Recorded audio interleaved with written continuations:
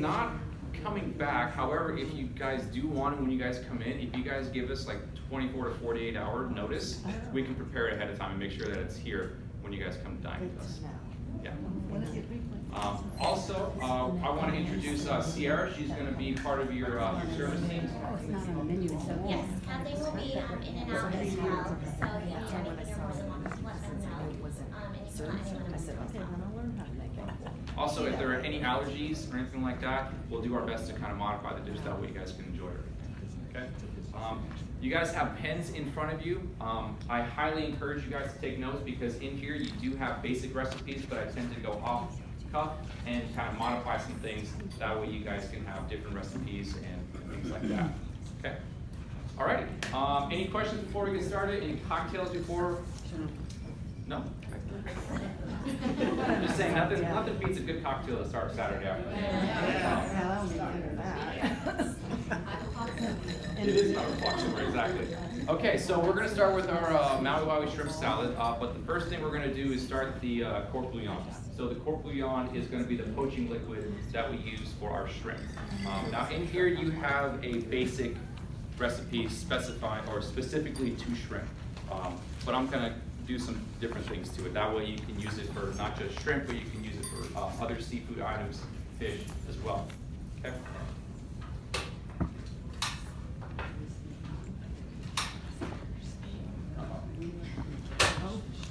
Come on, you worked earlier today. There we go.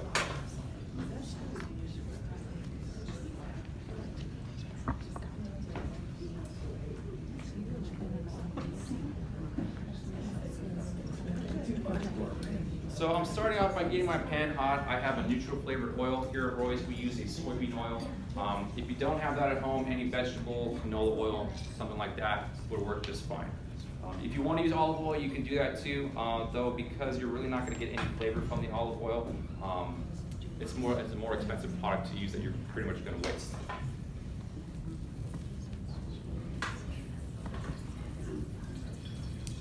Okay, so in here, I have a bunch of different things. I have mirepoix. Does anyone know what mirepoix is?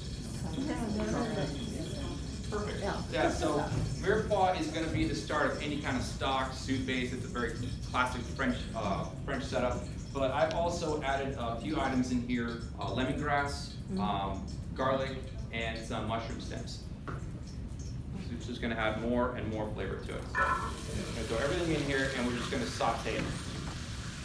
We're not going to try to get any caramelization on it. We just kind of want to saute it for a little bit, allow all the different vegetables to kind of open up their flavors.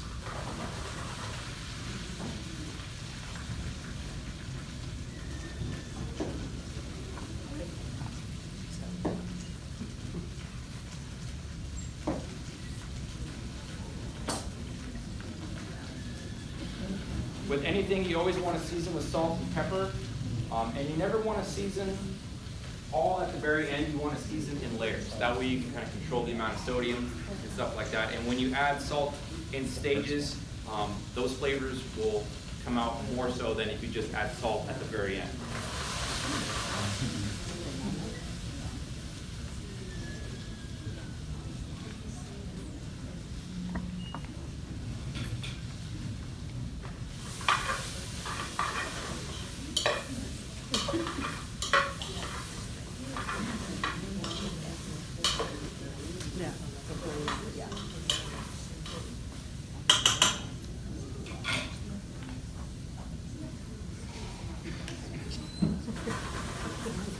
So let's just say we've already been sauteing this for about 5 minutes. I am then going to add black peppercorn, pink peppercorn, and bay leaf.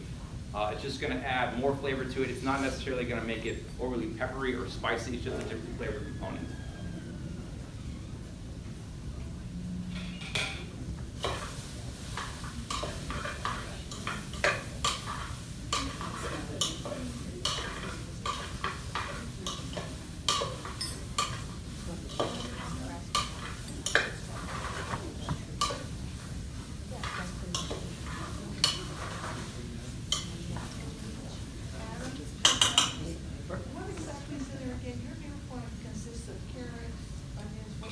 So carrots, onions, and celery for the mirepoix, yes.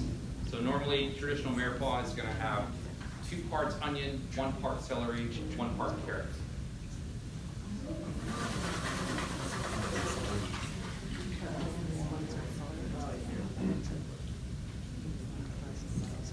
Next, I have white wine. So after I've sauteed this, and even though I'm not looking for a lot of caramelization, there's still going to be some caramelization, so I want to kind of bring that off the bottom of the pan and deglaze it.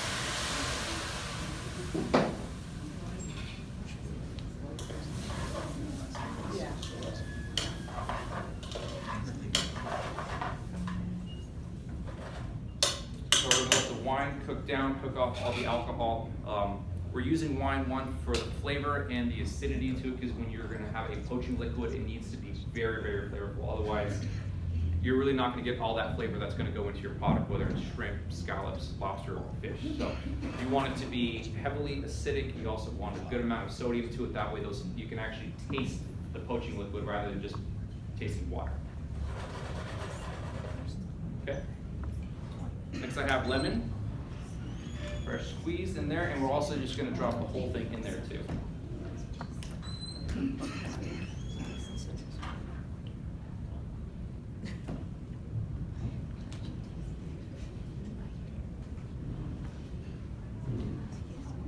How much wine did you use? How much for this particular recipe? I used about a cup. So that would be in addition to the 8 cups of water, or that would replace? No, that would be in addition In to the 8 addition. cups. Yeah.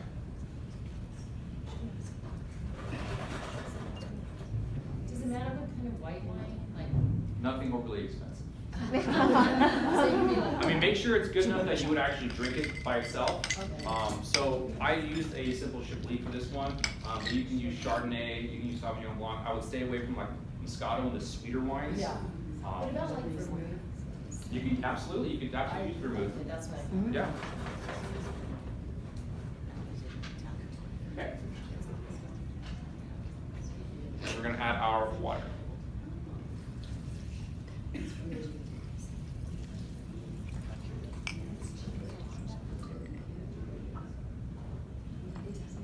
Okay. That's on high. Okay, so we're gonna let that simmer for a bit. That way all the flavors can kind of marry, and you want some of that water to reduce. That way it kind of fortifies the flavor of the actual stock. Okay. So while we're waiting for that, I'm gonna start on our caper lime vinaigrette.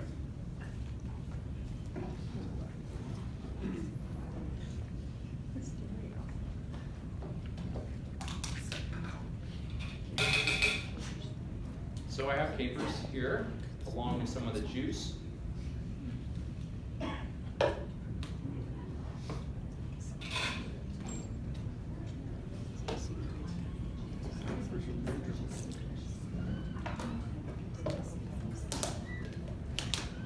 Shallots.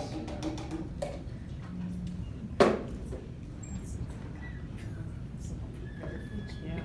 The reason we use shallots is because shallots are going to have a sweeter flavor, and because there's going to be so much acidity and salt to this, I want it to be a balanced vinaigrette. In here, I have the lime juice, the honey, and the mustard already pre-mixed. I'm just going to throw everything in.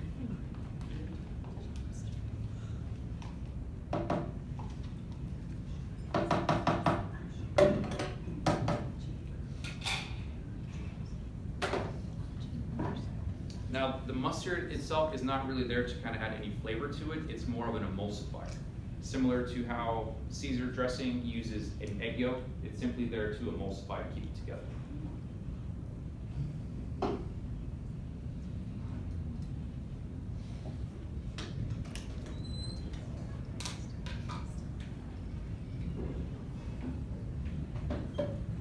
going to start this on low speed. You want to wait for the shallots and the capers to get processed thoroughly before you start adding your olive oil.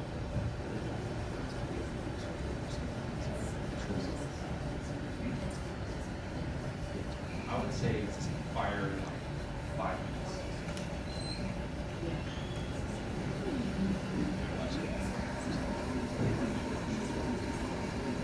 I'll come over here, that way everyone can see.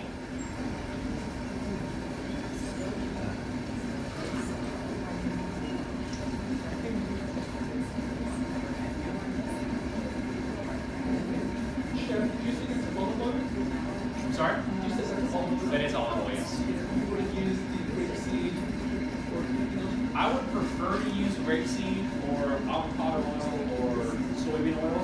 I'm not a huge fan of using olive oil with dressings because it can be very overpowering. So depending on what kind of flavor profile you guys are looking for your dressing, if you want something lighter, then I would go with a different oil. Now, because this has so much flavor as it is, the olive oil isn't going to overpower it. Chef.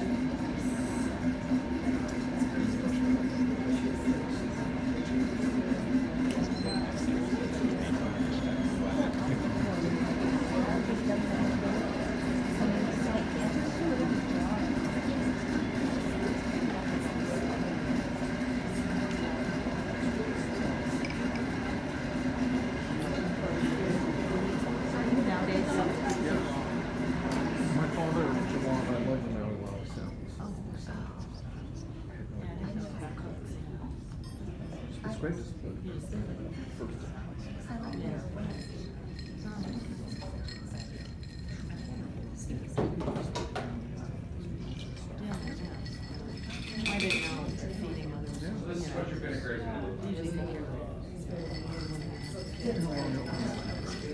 So this is what it's going to look like as soon as you're done blending it. Now once it sits, it is going to separate. Just like any vinaigrette, it is going to separate. Now there are some tricks in the restaurant industry that we use so it doesn't separate. We use different texturizers and emulsifiers to keep it from separating. One of those is xanthan gum. So xanthan gum is a natural derivative of seaweed, and it allows you to also thicken items. So normally what we'll do is we'll make this, we'll add some xanthan gum to it. That way it never separates. That way we don't waste the, I know it sounds minuscule, but the 5 seconds it takes to shake it, because half the time we're that busy and we can't spare a single second. So we do that to keep everything solidified. How much do you add that? And like, is it at the end when you're blending? You Correct, add at the end when you're blending. I would say maybe for that a amount? quarter of a teaspoon at most. So a lot of things that we do here, we measure metrically. So I would say no more than 5 grams.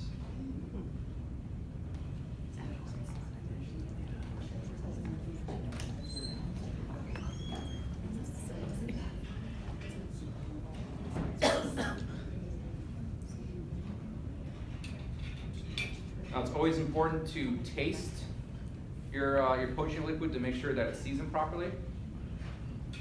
That needs more salt. You're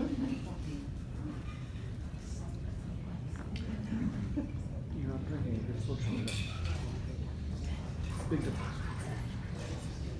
So it should taste salty or just taste flavorful? It should be flavorful. You don't want it to be salty, similar like you would like pasta water, something Right. like that salty. But you want it to be saltier than you're normally accustomed to that you like. Because you're poaching in it. Exactly, because not all that sodium is going to transfer into your product, but you need enough of it so you actually do taste all the ingredients that are going to be in your poaching food.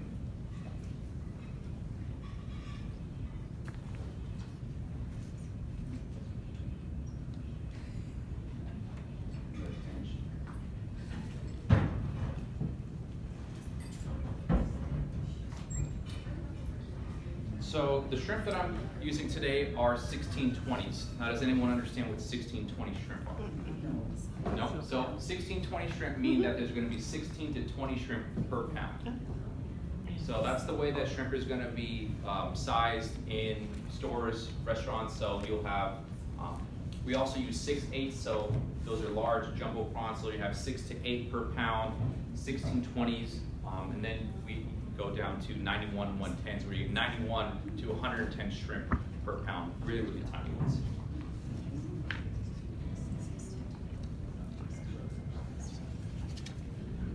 Now, if we were at the store and we were asking for shrimp, is that what we would say to them? Or would they know what that means? They would know what that means. So if we said, I need 1620, they would give you that much? Well, if they had it available, Right. they would give you that. So whatever closest denomination that they would have, they would try to give you that size shrimp. Got it. But there's so many different variations. Yeah.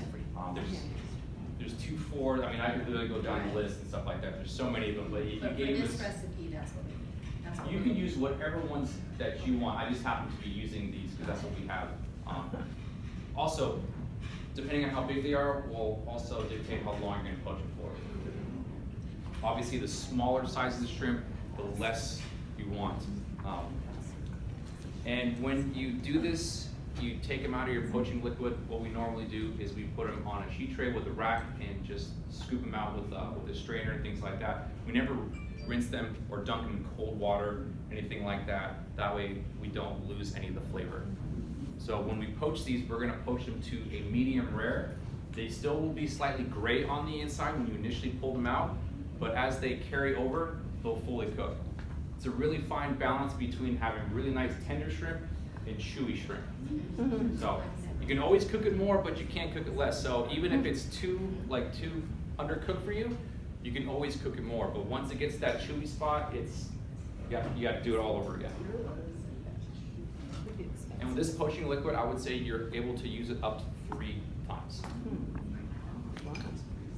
What you can do is after you've used it, you strain off everything, you just keep the liquid. You can pour it into little ice cube trays, freeze them into little ice cubes, take them out, put them in bags, and then just keep them in your freezer. That way they'll last up to 6 months.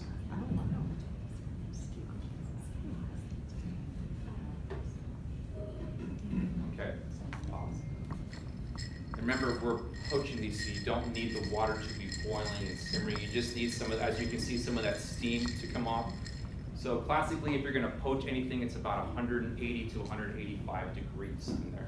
Now, I don't expect you guys to sit there with a thermometer and actually see if it gets to that temp, but once you start to see some of the steam rise off it, you should be pretty close to it.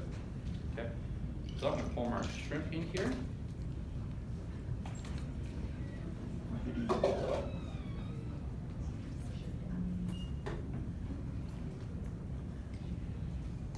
Okay. Any questions so far? What did you say, the salad dressings, you would use grapeseed, or what was the other one that are lighter for salad dressing? I like grapeseed, soybean oil. I also am a big fan of avocado oil. It's got a lot of natural amino acids and fats to it, omega-3s, things like that. And it's not gonna have that strong flavor that olive oil would have. Okay, thank you. How do you feel about the light tasting olive oil that you can buy that says light tasting? I have not tried it, so I can't really comment on That's that. usually what I make with, that if anyone describe, it just, like if you make homemade mayonnaise, that's a good one to use because it's not that overbearing flavor, but I don't know if it's like, is it a fake olive oil, I don't know. I'm not sure. I'm sure there is, I'm sure it's great. I'm sure you're still gonna get those, the healthy aspects of the olive oil without that strong flavor to it. And Okay. could you repeat the melon portions one more time? The melon pour, that's 2-part onion, 1-part carrot, 1-part celery? So yeah, the mirepoix. So Yes. whether you're making a soup, a stock, something like this, traditional mirepoix will have 2 parts onion, 1 part carrot, 1 part celery. They sell it Thank at you. Trader Joe's. I know it, I've seen Trader it Joe's too. sells everything for It's you. so wonderful. Just like that, That's yeah. why I was asking, And I was just in not pronouncing case. it right all these years. Yeah. I'm glad you taught me how to say it right. Melon pour. Yeah, I was definitely not saying it that way. No wonder they didn't know what I was talking about. Yeah. It's in the refrigerator case. Next to the lettuce. I've seen it before.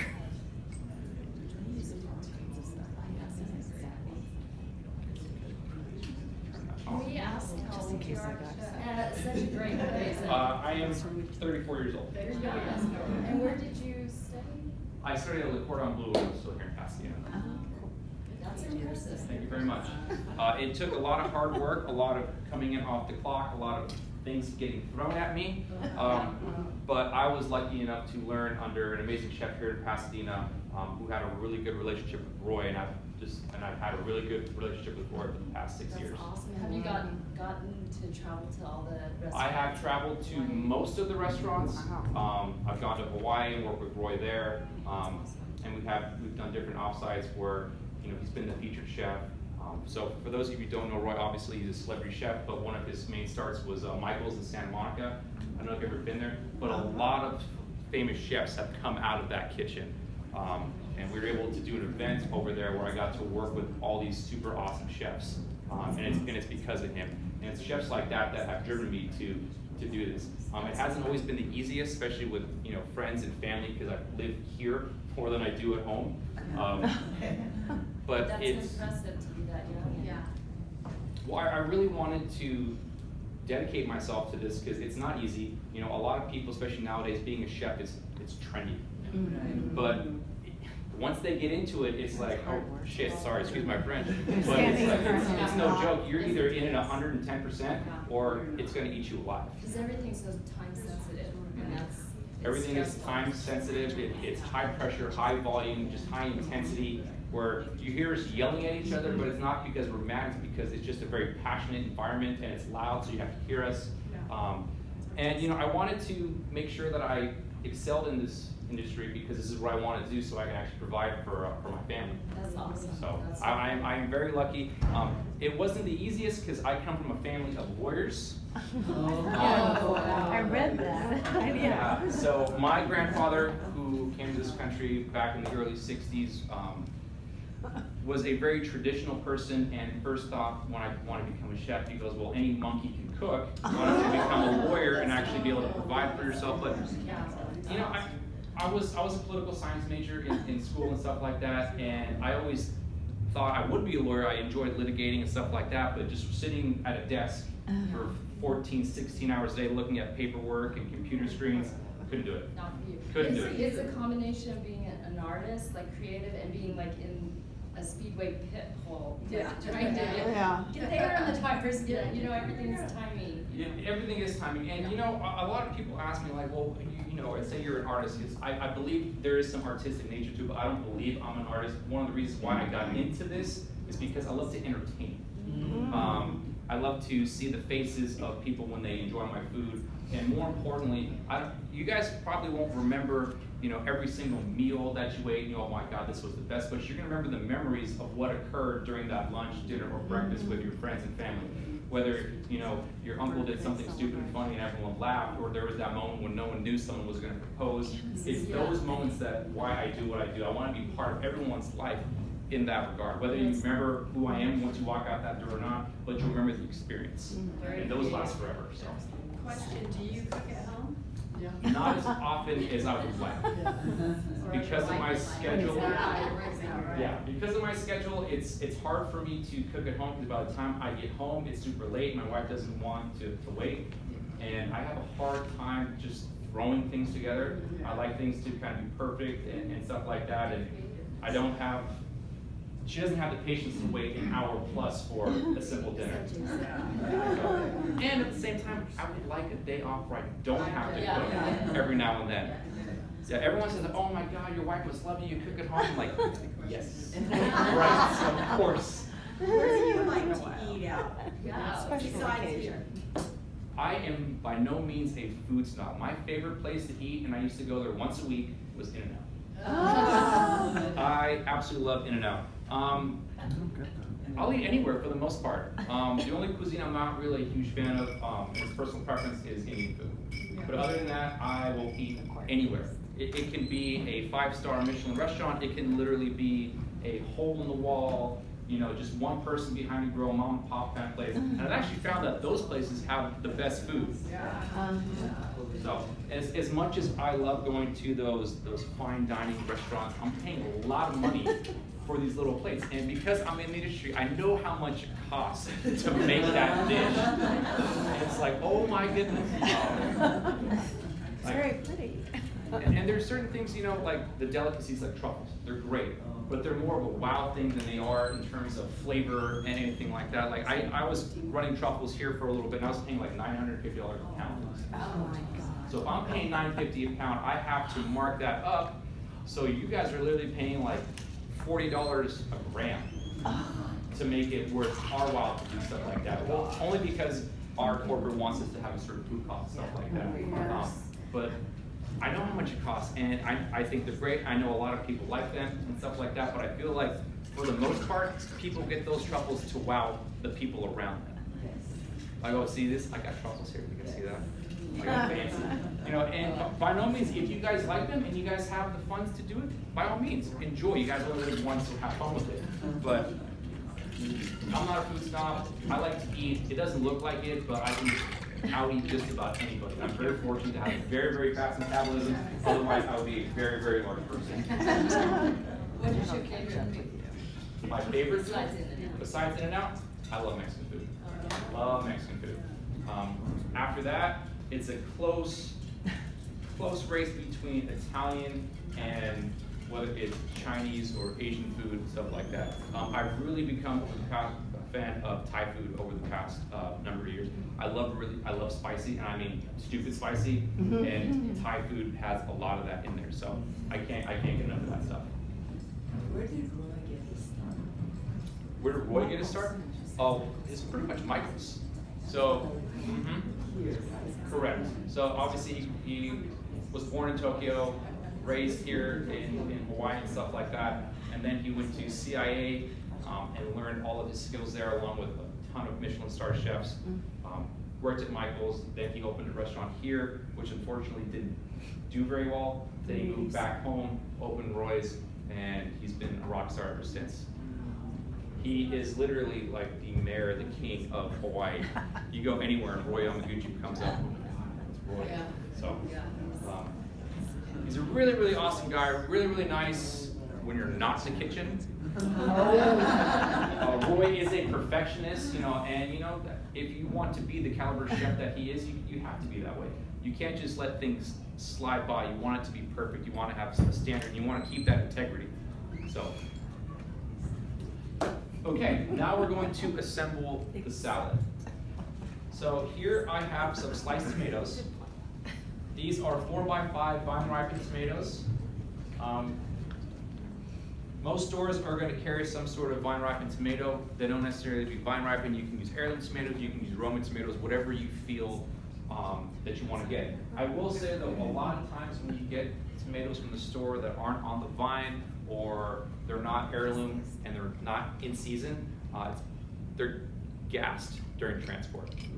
So if you ever have tomatoes, like you just got them from the store, you cut into them and they're mealy and there's no flavor to them, so they're picked before they're ripe. They're gassed with like nitrous oxide to ripen them faster and turn them red.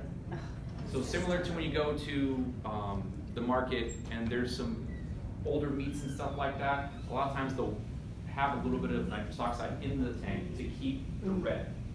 Because with oxygen, things will start to oxidize and you lose the color and things will start to turn brown. So be very careful in what you buy and stuff like that. Make sure to try to buy seasonally, and that's something that Roy has taught us and what we've done for a long time. Yes, farm to table, but seasonality. Because that's when you're gonna get the peak flavor and freshness of everything. Unfortunately here in the United States, we've kind of lost that, where we want everything now. It doesn't matter when. But because I have European parents who grew up with the seasonality of what's available at the time, and that's all they're able to cook with, you can really taste and just tell the difference between something that's in season and something that was just available at the time. So I know it can be a little frustrating, especially if you want something, like you're craving something, but you know that product isn't in season, but you can get it and you kind of sacrifice. But if you guys try to use seasonality and use local vendors and things like that, you don't necessarily need to go to the farmer's market and kind of pay that organic price, but just be mindful of the source and where you're getting it from at the time to get it there. So I have 3 sliced tomatoes right here. Okay. In here, I have a mixture of romaine, frisee, and bib. So what we've done is we have quickly just given them a nice rough chop. We soak them in ice water, and then we pull them out. The reason we do that is because the cold water will kind of help keep that crunch to it, because if it sits too long, it'll start to get kind of soft, and it won't have a lot of texture in your salad. Okay.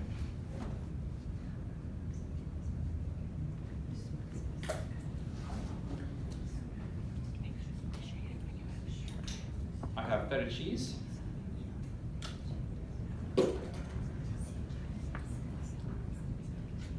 Onion.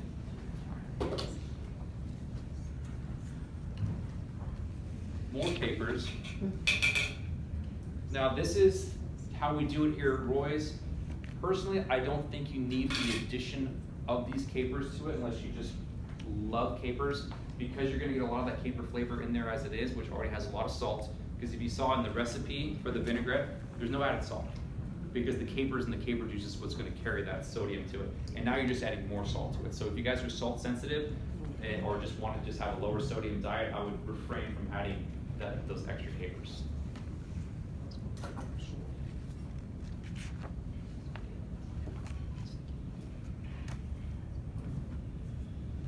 add some shrimp.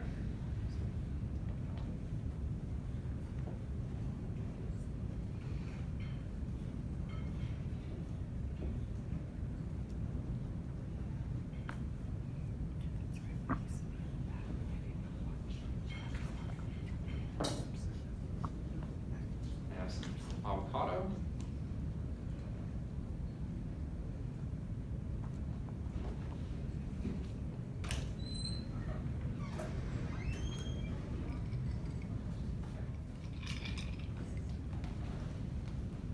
Take our vinaigrette.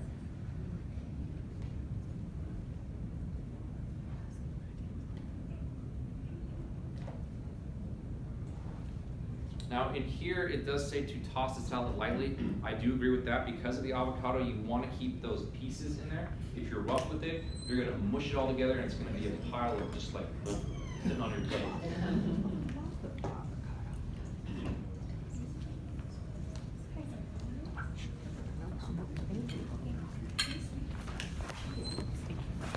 When you guys are plating a salad, you want to start with smaller handfuls and you want to build upwards.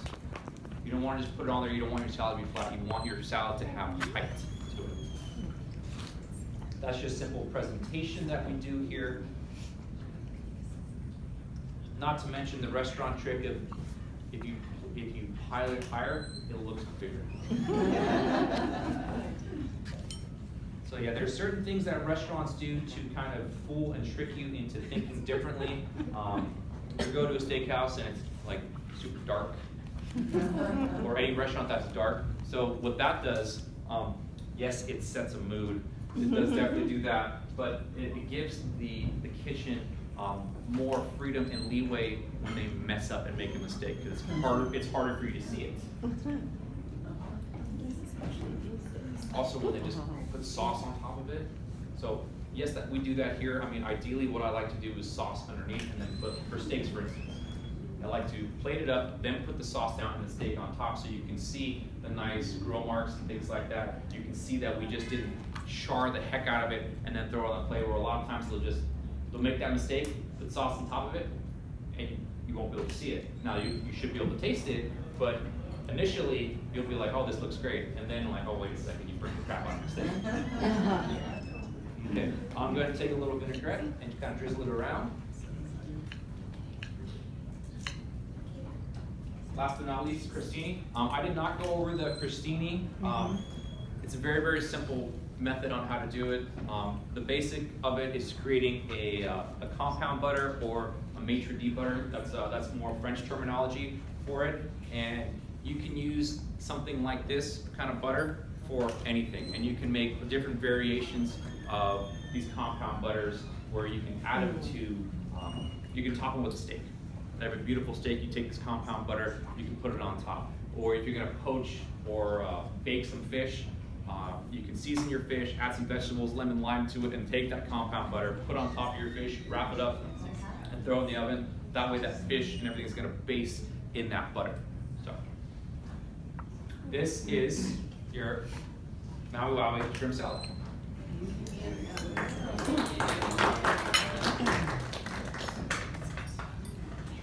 Any questions on what you guys saw here? No? Just want to make sure there's no avocado in yours. I know we have a hospital close, but I plan not to call it. Wonderful. England they call it rocket. It looks like flames coming down. Now, does anyone know what hibachi is? What's that? Obviously, you know what it is. Oh, but you can tell us. Hibachi, isn't it when you're cooking? Something with an open fire. Yeah. So like your grill is a hibachi, where and the teppanyaki is your flat top. So just like if you go to Benihana's or Tokyo Waka, that's teppanyaki style cooking. And then anything with an open flame is going to be hibachi, whether it's like a charcoal grill, a gas grill, anything like that. Anything with an open flame will be considered hibachi. So the first thing we're going to do is our citrus ponzu. Now, unfortunately, I ran out of gas, so we're just going to pretend like it's hot and it's going. Oh, no.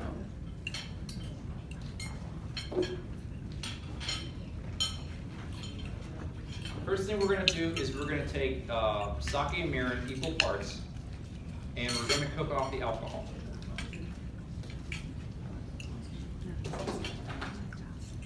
Now, I have gotten into a debate with some of my my sous chefs who want to make this in a hurry because the whole point of the sake and mirin, and we're gonna simmer that, but we want to cook off the alcohol too, because you don't want to taste that alcohol.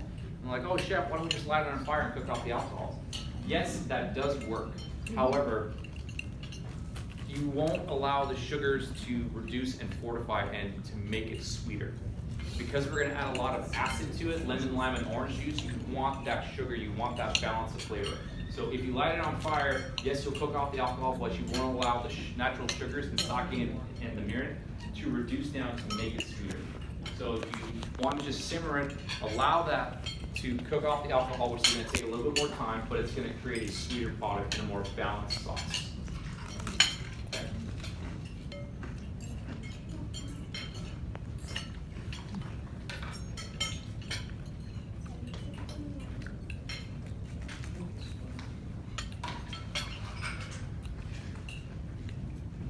I know it says in here to light it and ignite it. You guys are more than welcome to do that if you guys want to make this in a hurry. At the same time though, please be very careful. Obviously, you have one fire here, another fire here. It can be dangerous. I have seen some unfortunate souls who have not been careful and actually lit themselves on fire because they get that alcohol on their hand, stuff like that.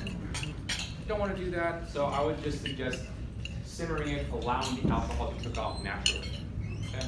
Now, does that have a flavor to it? How do you know it's licked out? Is there a time? Is there a taste? So normally about 20 minutes, if you simmer it, it should be gone, but you would be able to taste it. And so in order to kind of really understand that, I would taste it before you cook it, so you know what it tastes like then, and then taste it once the alcohol is cooked off. That way you'll know the actual difference to it. And the sake that we're using for this is not drinking sake, it's strictly cooking sake. So I wouldn't waste good sake on something like this. Use specifically a variation for cooking. Okay. So let's just say that, okay, I've cooked it, the alcohol is then cooked off. I have a mixture of orange, lemon, and lime juice, along with some crushed red chili. Now if you don't like spicy, omit the chili. Definitely don't need it. The sauce itself isn't overly spicy, it just adds another flavor component to the dish. So we're gonna add that here.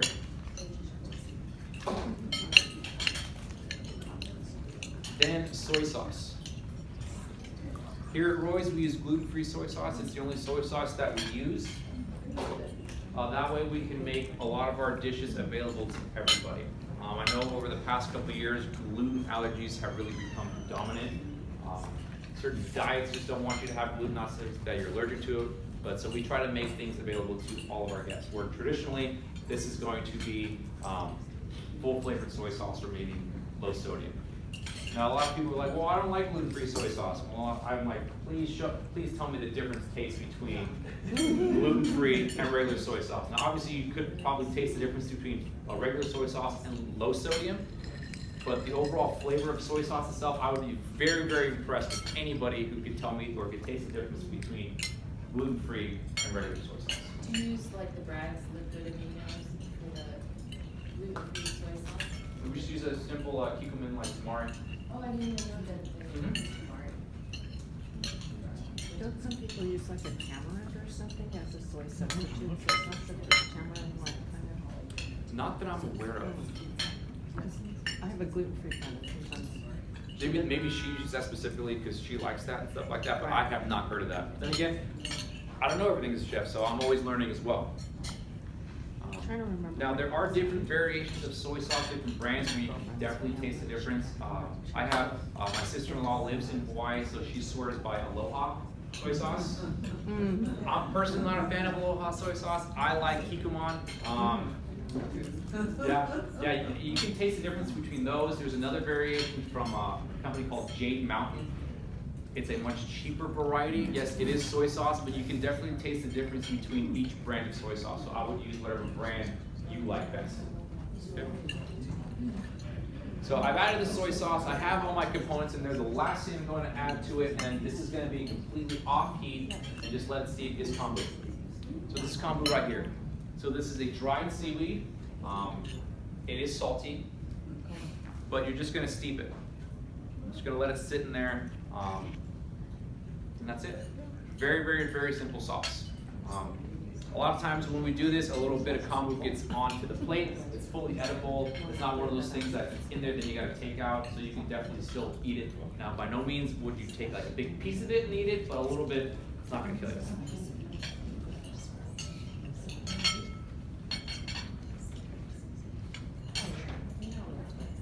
Any questions?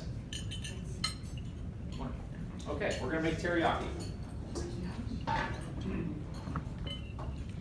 One of the easiest sauces to make, something that you should never really have to go and buy. That way you can control the amount of sugar and all the other, excuse my French, crap that they put into certain teriyakis. You know, corn syrup, things like that. Don't need that. It's simple, simple stuff. It's soy sauce, sugar, and that's pretty much it. We also flavor ours with green onions and garlic, but sugar and soy. That's it. There's no cooking that has to happen here. We just take our soy sauce, add sugar. Now, don't get me wrong, there is a lot of sugar in teriyaki, but you don't need all the other stuff.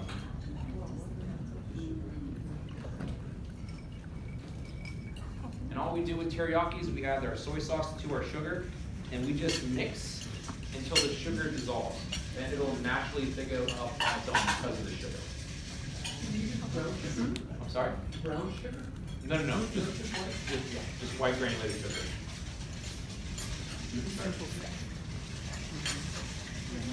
What about the sugar in the raw, that sugar? I haven't used that before, but I'm sure that would work. It would probably take a little bit longer to dissolve because I want to say just it's coarser than like a fine grained or granulated sugar, but I'm sure that would work. Now, is this the Ponzu or teriyaki? This is teriyaki. Right? Teriyaki. Teriyaki. Right? You could also, if you really kind of want to be even healthier, I've seen it done. You can use honey. Honey or agave to substitute your sugar. Obviously, because it is definitely healthier for you, and it's because honey already has a natural thick viscosity to it. You don't really need to sit here and whisk for God knows how long. Now you can either sit here and whisk and whisk and whisk, or what you can do is you can put it in your blender on like a low to medium speed and just let it go. Because that's gonna mix it for you, the sugar is actually going to dissolve that way.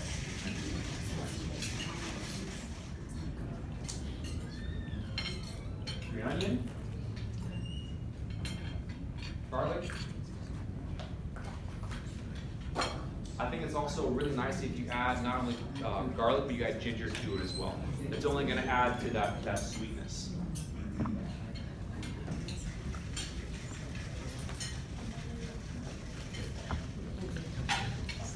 So this is what's going to look. It's not fully dissolved, but it's getting there. You can see it's definitely thicker than just straight soy sauce.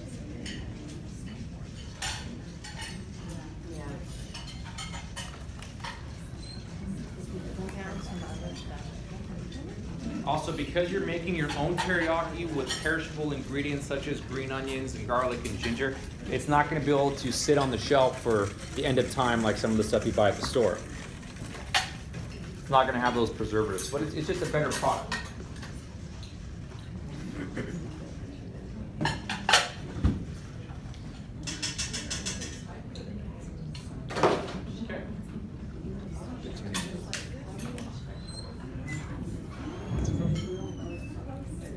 So I have a nice little small fillet of Atlantic salmon.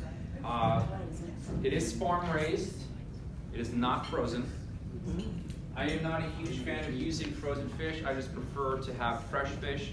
A lot of times you go to the store, you see this beautiful, you'll see the Scottish salmon. You can tell the difference between fresh and frozen just by the texture of the fish and how it looks on top. Unfortunately, when you freeze something as delicate as fish or pretty much any protein, when you freeze it, the water within the protein itself will freeze and then crystallize, starting to destroy the actual fibers of the meats.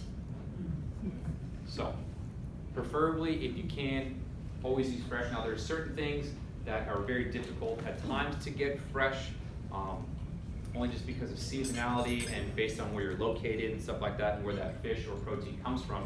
But if you can, use fresh. What do you think about sous vide? Do you guys ever? Love it. Absolutely love it. You can tell us about it, because we're just kind of learning about it. It's a modern version of crock pot, in essence. I love it. But it's fantastic. It's one of those things that really allows things to What sous it- vide. Sous vide? So the sous vide is you take a cryovac bag and you put whatever protein, vegetable flavors in the bag, you seal it so there's no air whatsoever in there, and then you drop it into a controlled water bath where the water is consistently being circulated. It's expensive too. They're great. They made it more affordable. You can now buy these circulators up, and I want to say they're like maybe $200, which isn't that bad. It goes in your water bath and Oh yeah. Mine's first came out. Like polystyrene ones are like $800. Yeah. So because we are on a larger scale and we use it a lot, stuff that we get is like $1,500. just brown it. But you can get them at home and do it. I want to say it's expensive initially to get the circulator and to get the appropriate bag and cryovac machine to do it. Because at first, I was telling my parents about this years ago, and like, oh, we'll go out and buy a machine. I'm like, okay, we need proper cryovac stuff to do it. Like, oh, we have a food saver, it works. Food saver bags and stuff like that don't work. You need a certain kind of bag with a certain kind of seal to it. Otherwise, the bag will open up during the cooking process. But it really allows you to do really, really nice things. It allows you to cook things at a lower temperature to create better texture, better flavor, because when you have everything in that bag that's sealed up, you don't have the evaporation of whatever it may be. You have the ability to infuse more flavor into your product. So for instance, right now what we do is we sous vide a half roasted chicken. We sous vide that, so we do everything in Celsius at 64 degrees Celsius, which is 140 degrees Fahrenheit. We're like, oh, wait a second, that's too low for chicken. But that's only the initial step that we do. So we sous vide that for an hour to get it pretty much to like a medium kind of consistency. But we add ginger, garlic, cilantro, green onion, and butter in that bag, and we sous vide it for an hour. So all those flavors really get into the meat for an hour. And then what we do is we cut it out of the bag, we put it in the deep fryer for about 5 minutes. And because it's already par cooked, it's only gonna take that 5 minutes to get it to that 165, but also you get like a really nice crispy texture on it. We also sous vide New Yorks right now. So we sous vide our New Yorks with thyme, garlic, butter, salt, and pepper. We sous vide that at 52 degrees Celsius, which is about 122 degrees Fahrenheit, for up to 2 hours. So we do that so we get really, really nice flavor into the meat. It never overcooks. So if you still want a rare steak, we're able to do that. And then we take it out of the bag, we add a little more salt and pepper, and literally just kiss it on the grill to get some marks, send it out, and it gets really, really tender. So I know a lot of times New Yorks can be a little tougher, but with the sous vide process, you're tenderizing it in that bag. So when you cut into it, it's gonna be tender like a fillet. So it'll be really, really nice. So for our holidays, we also do prime rib. We sous vide our prime rib for 24 hours. And because prime rib has a lot of fat, and we cook at that low temperature, that fat melts into the meat, and it is just beyond buttery and delicious. Because you know, a lot of times you get that ribeye, you get that chunk of fat that's like right in the center, and sometimes it's kind of hard to chew. It'll melt in your mouth. Because that low cooking process, that time allows that fat to disintegrate and melt into the meat. Really, really nice stuff. So you can never go wrong with sous vide.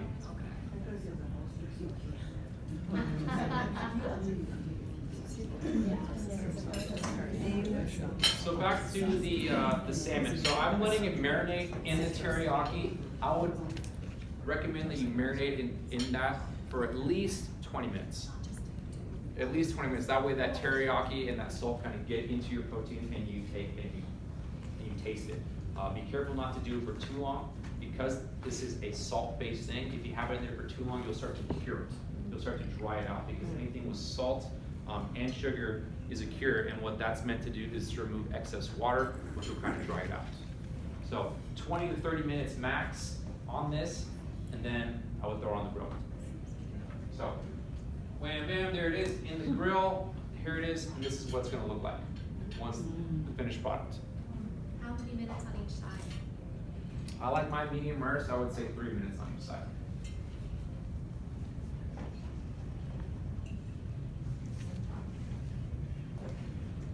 So that's cooked. Next thing we're going to do is our namasu. So this is a basic pickling solution that we're going to use. There are 2 ways to pickle, hot and cold. Certain things are better hot, i.e. your classic dill pickles, things like that. What I don't like about hot pickling sometimes is because I want my plate to be visually pleasing as well as tasting good, I like to do a cold pickle. The reason for that is if you add hot liquid to certain items, especially things that are green, they go from green to brown. And even though it's still gonna taste great, it's gonna have that, ooh, that doesn't look quite right to it. So we're gonna do a cold pickle on this. I have rice wine vinegar.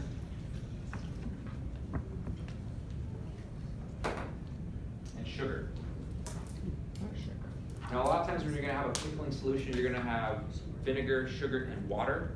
But for this particular recipe, it's just gonna be vinegar and sugar. So you take your vinegar, your sugar, just like with your teriyaki, you just mix until the sugar is dissolved. That's it.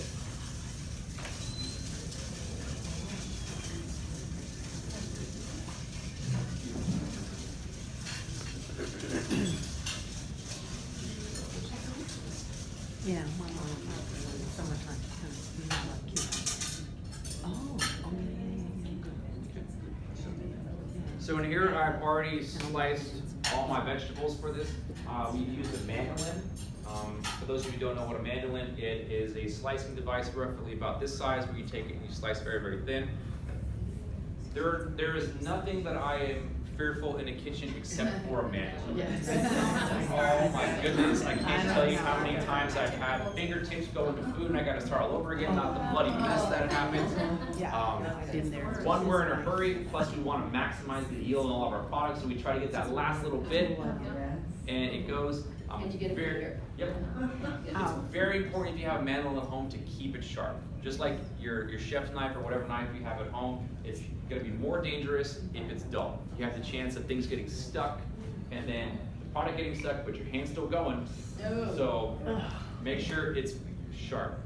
For those of you who don't know how to sharpen on a stone, I would go just to any kind of weird place and then have them do it for you. The knife, I know it's going to happen just because of how much I use a knife. It's just the odds I'm going to cut myself eventually. I'm going to burn myself. That's fine. I'll take a burn all day long, but cutting that fingertip off, it's horrible. Because the initial pain sucks as it is, but then you don't realize how often you actually bump your fingers into things just naturally, just doing anything, and that little nick right there after you've already cut it, very painful, very uncomfortable. But then you gotta start over too.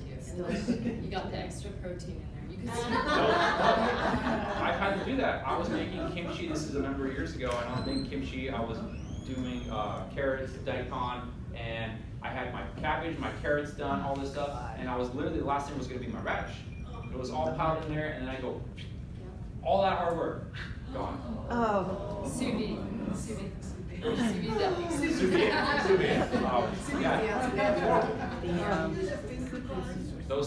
Yes. You can't use a finger guard. We don't really do that only because it's one extra thing that we have to do. With a finger guard, you also lose a lot of that end part of the product because of the little the prongs and the spikes that are in there. Go into the back, you can't use them.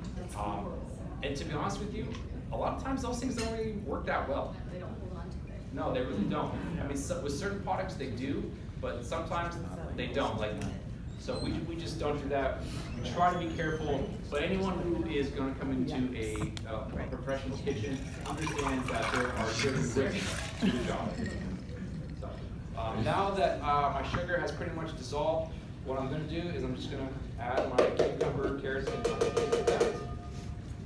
Just let it sit. I will let it sit overnight. That way it really kind of softens it up. You can definitely use this within a couple hours, but I want to say the flavor is really going to come out overnight. Yeah, do you let it sit overnight in an open bowl like that, or do you put it in a closed container? You can let it sit open if you like. Normally what I do, instead of putting a lid on it, just so everything stays flat, is I'll take plastic wrap. Instead of covering the top of it, I'll put plastic wrap directly on top of the product, causing it to be pushed down so that everything is being submerged. Because as you can see here, there are certain things that are just kind of sitting up on top, and those aren't going to pickle like the ones on the bottom. And obviously putting a lid on it's not going to do anything, so plastic wrap, pushing it down will allow you to pickle everything. Okay. Now we're going to assemble.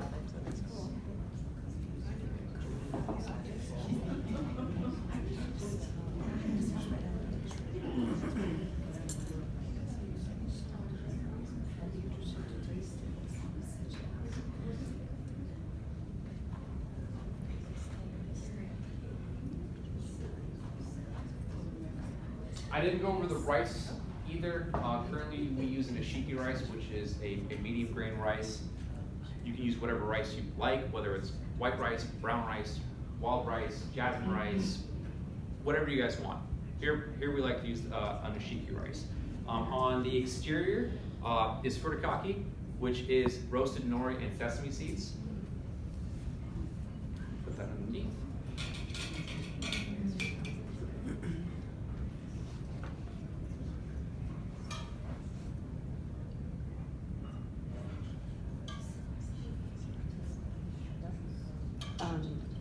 Nori, seaweed. Mary, this one she had the 3. Now, one thing about this dish that we unfortunately do have some complaints about is that ponzu is not really good hot. So a lot of times when we plate this dish, we take a hot fish, cold pickled vegetables, and room temp sauce, put it all together, and the fish will cool down in temperature. So if you guys like your proteins piping hot, I would have your sauce on the side.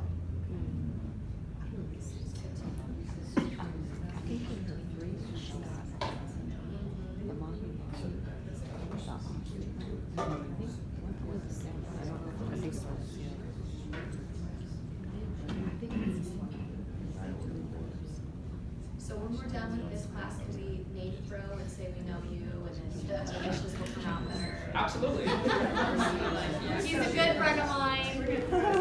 Just make sure that when you do it, you give the time where you met me, because unfortunately people have come in here saying, oh, I know Chef Adam. Yeah. And I go out there like, oh, they know me, I'm gonna go say hi. And I go out Wow, there like, okay.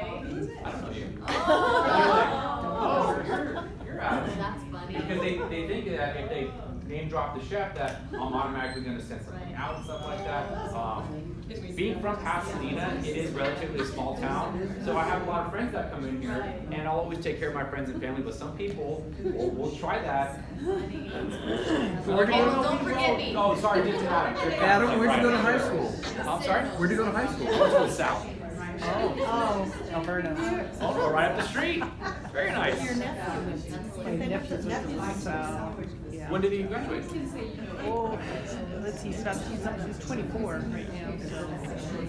And then She's 24, so he graduated. and Issa was 27-ish. He's 27-ish right now. 27, yeah. Okay, because my second younger sister is 24, and she graduated from the South. I'm the oldest of 6, there's a lot of us, and all of us went through that school. Yeah, So. yeah. Okay, and this is the hibachi grilled salmon. I'm so wondering what the tasting is. Yes. When you say sushi, Yeah, does sushi make Oh, with and are they the same teriyaki or It is. But there's no, So, you're right, because sushi rice is the process of adding the vinegar to it, but the rice itself is still the same. yeah. Yeah, so we didn't, it's just a plain medium rice, correct. Yeah, if you want to make sushi rice, obviously just add your sushi soup to it and then cut it. No. Yeah. Correct. There's a lot more variation than I There is a lot of variations. I prefer nishiki, that's my favorite version of Calrose. There are other ones that they're not necessarily bad, they're just different. And they cook differently. They do. And different ratios and things I had like to that. totally change. I had to really cut the water down. The Mhm. second brand I tried, I'm forgetting the name. It has a flower in the logo. Yeah, I know what you're talking about. and taller bags than squatter. Yep. And I had to cut the water significantly. First time I made it, I almost dumped it.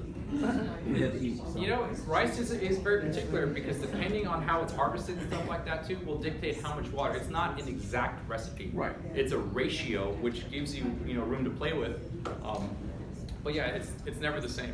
Nishiki actually makes a brown Calrose rice, which is awesome. It's like my favorite rice out there. N-I. Oh, it's an N. N, yeah. I S-H-I-K-I. got it. I was spelling with an A, so I was very off. I was thinking Yes. Ashiki. So it's going to usually come with a white bag. I know which one that blue is, wrapping, with the little stuff like rose that. on it, right? No, that's a different one. The shiki will have white and blue on it, where the rose is just strictly white and that rose on there. Got it. Thank Okay. you. You're welcome. And where do you get all your little containers? Is that like a restaurant supply? Or can you buy those somewhere? You A can little- buy those somewhere. I wouldn't be surprised if you can find them at like Smart and Final, something more like that. We get these products through Cisco, so they have that kind of stuff. Restaurant Depot. The thing with Restaurant Depot though is you get restaurant business license. So get in there. So what else is that you take in the same?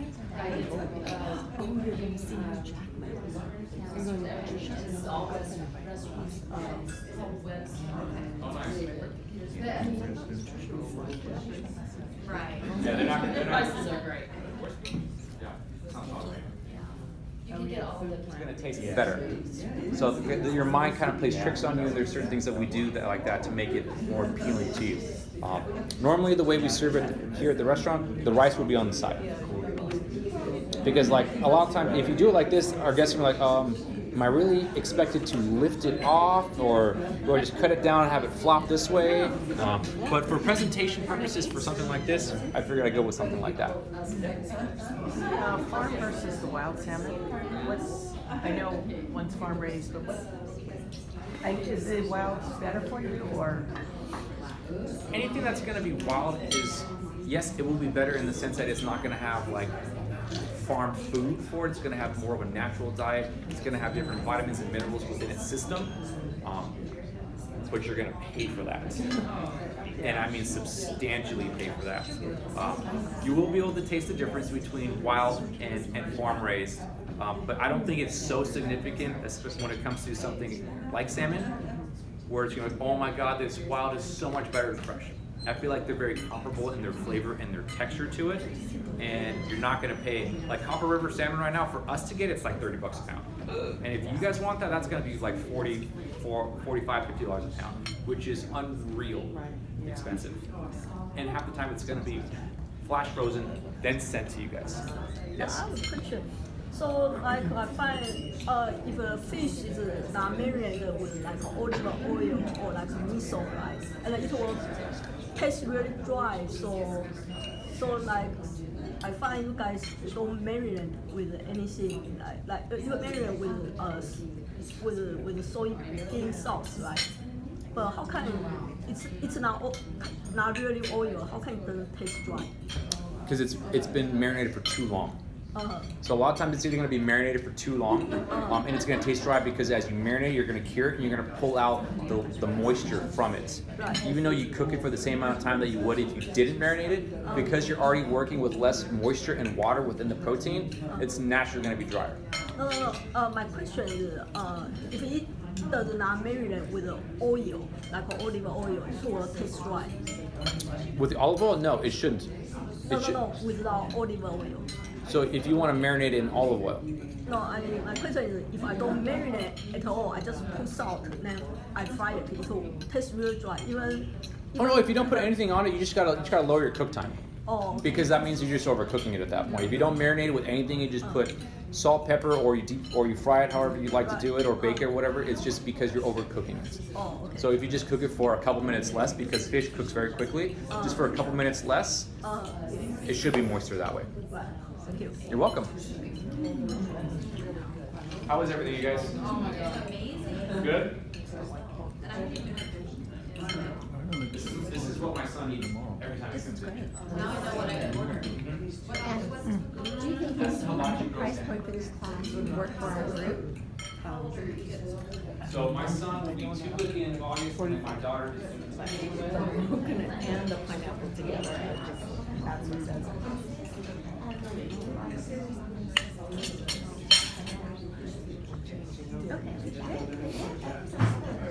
that right here.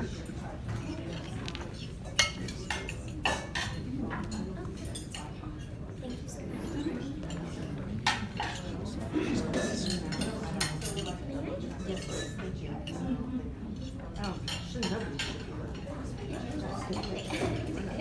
Yeah,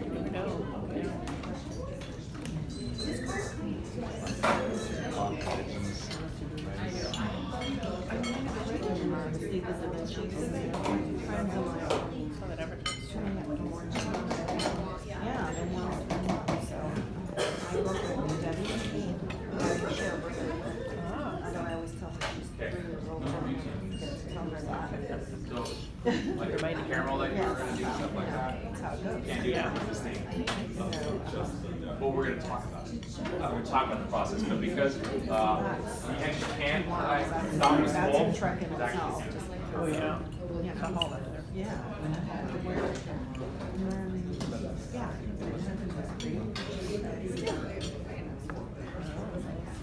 Yeah, I was kind of curious about it, so they suggested, I was gonna go to the auctions because my other friends from Orange County wanted them to do that one, but I couldn't combine them, so they said, we'll do the auction at their time. Yeah, because for them, they live in the gallery, and then up, and then up again. Yeah, that's like a couple of. Before we start on the dessert, I would like to introduce Stefan. Stefan is one of our pastry chefs here at Roy's. This is his first class, so be welcoming. Yes, I had to embarrass you a little bit. I'm sorry. It's one of the perks about being your boss is I get to do that. Take it away. All right. Like I said, I'm Stefan. I'm one of the pastry chefs. I've been here for probably since Valentine's Day. Yeah. It's easy to remember. Like y'all, we are doing the macadamia nut tart. So let's get started. Okay. Thank you. I know it has to be. You can tell us a little of your background too. Well, I went to the Portal Move for history baking, graduated with an associate's honors. They don't go for it.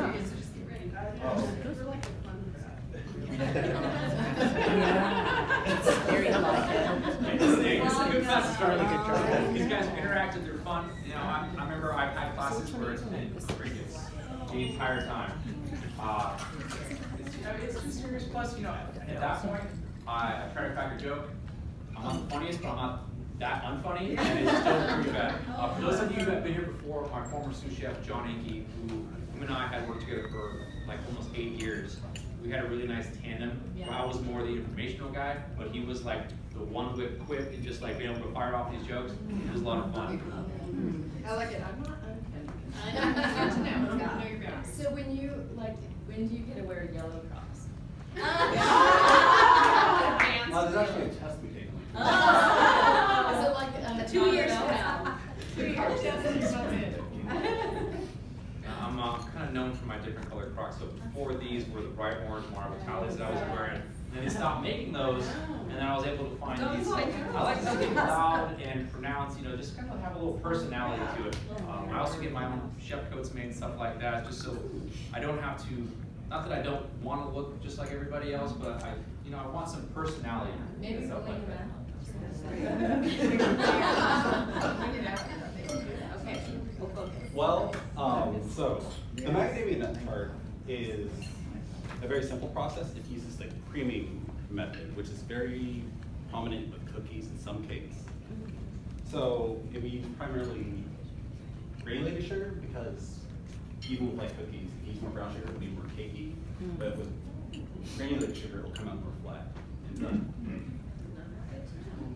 So creaming method starts off with eggs and sugar, not egg and sugar, butter and sugar. This will be the 4 ounces and the 1/2 cup. Also, when you guys are baking, I've talked to a lot of people, like, oh, why can't I just use salted butter? That way I don't have to add salt to it later. Well, how much you Don't putting in? ever use salted butter. In my opinion, don't ever use salted butter to cook. Just to put on your Exactly, just put on your toast. You want to use unsalted butter, that way you control the amount of salt, the amount of sodium that's in it, because salted butters, different brands have different levels of sodium. So in order to control the amount of salt and sodium that's gonna be in whatever it is, whether it's savory or sweet, unsalted. Now, don't get me wrong, I love salted butter, especially on like a really nice, crusted country style bread or something like that. Really, really great. But when you're cooking, unsalted. Still be lazy. You like freezing them out just for eggs.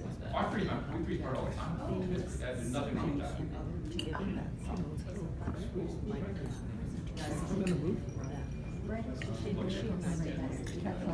I think actually, my memory is when I was You little. saw Going to a cream. Okay. So that had to I mean, be. If it doesn't go, you can let the butter at least be creamed a little, warm up a little. It'll just heat up. You add the egg, and you have like little batters of little butter lumps, whatever you make. If you guys are gonna cream butter and sugar like this, you're gonna use a paddle attack, not a whisk. Well, there's not much butter, so not that long process. Next up would be the eggs, vanilla, and salt. Honestly, I would say rather have the salt in with the dries. It does not make too much of a difference. In most cases, there are some rare occasions where you may want that salt in at a certain step. Just make sure it incorporates better somewhat. But in most cases, like especially with baking, dries are dries, liquids are liquids, and so on.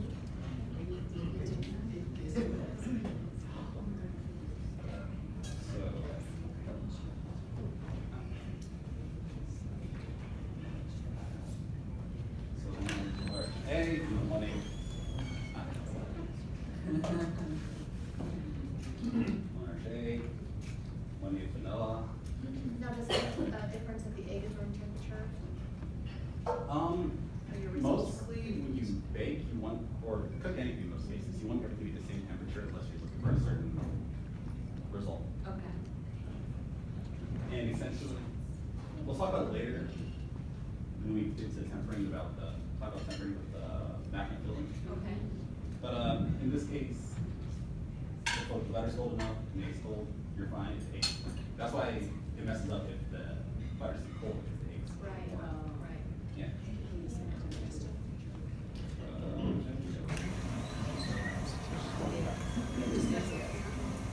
So does anyone actually have baking experience? Anything? Wow.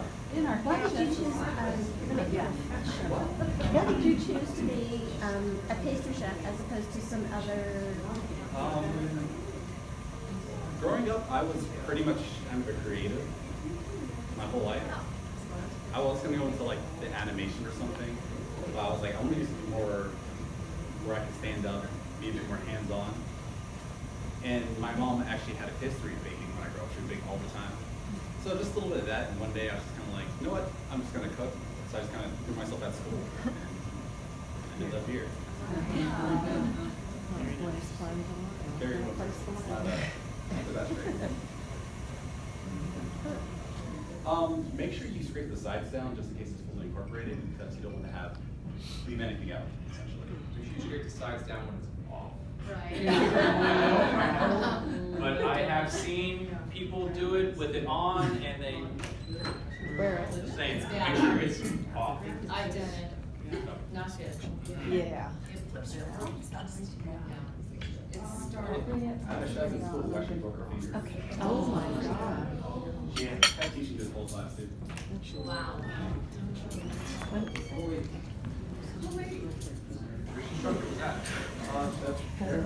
Yeah. You went to this one, right? I think, yes.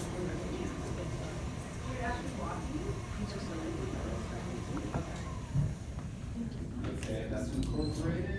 So, lastly would be the flour. So before you go any further, So this is what's kind of look like. I mean, it looks slightly broken right now, but once you add the flour and everything to it, it'll have a really, really nice look to it. You can see it looks like it's slightly starting to separate. That's natural. It will come back together once you add the dry ingredients to it. Excuse me. Yeah. Excuse me. So do you use the paddle all through? Actually, in some cases, like I personally prefer, I like using the whisk when I have the egg, because it helps aerate it a little bit, get it a bit more fluffy. But I tend to see it's used more for cookies against the tart, so it's flat, you want it like. I would say once you start getting more comfortable with your baking skills, you can start to interchange paddle for whisks, stuff like that, because obviously they have different purposes, and like he says, with a whisk attachment, you're going to incorporate more air into it. So if you want something to have a little lighter, airier consistency, especially with eggs, you can definitely use a whisk. But until you get to that point where you know exactly how to manipulate it, in a sense, and you know those techniques, you feel comfortable with that, I would stick with one attachment for that process per the recipe. Now, the recipe that you guys have says do it with a paddle and then do this with a whisk, follow that. But before you guys start to kind of improvise, just get comfortable with the skills that you have in that. Okay. So, flour and salt. It will be warm, and for working with tart doughs and whatnot, it's better to work from chilled. That applies to pretty much anything that uses time in this method. Like, let's say we do cookies, you do put it in the refrigerator before you scoop it, because it keeps better shape, it doesn't run all over the place. For those of you who don't know, Malaysia not only is our power dining director, but she also has a culinary degree. That I don't talk about it. I have tried to poach her out of that role to come join my kitchen. I guess I'm just too mean of a chef. I just like to do it for our cause. So Stefan? It's not his fault. So this thing broke. I had to rebuild it, but when I rebuilt it, I messed up the speed mechanism. So you pretty much only have one speed. So I'm working in the garage in my kitchen.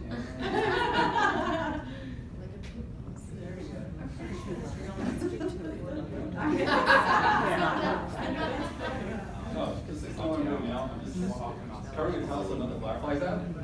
And I turn it on and off so it nothing stirs until it's appropriate enough, so I can take it off and just let it go.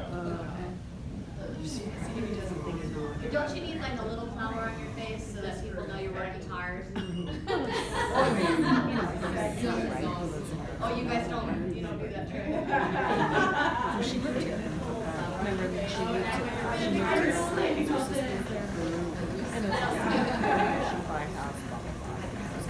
So Stephen, or is it Stephen or Stefan? Stefan? Did you need to sift the flour or no? No, not in this case. As I said, flour, everyone's will be more like the recipes, more like things are like fluffy, kind of more like traditional souffle.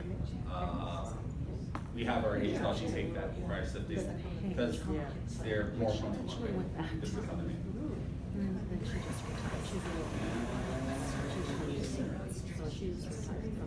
That's the dough's done. There's a male.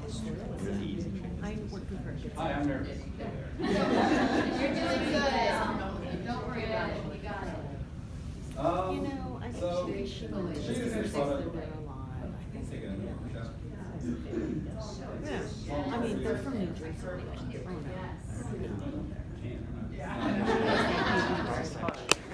Yeah, this is hot enough.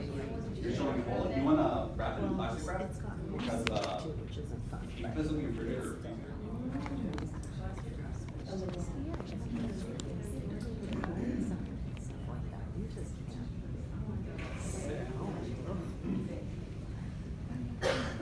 You're doing fine. Yeah, thank you. I'm trying my best. Yeah. No pressure, right? Yeah, I'm his resident. I'm like glowing with confidence, charisma. That's why Chef Al put you there.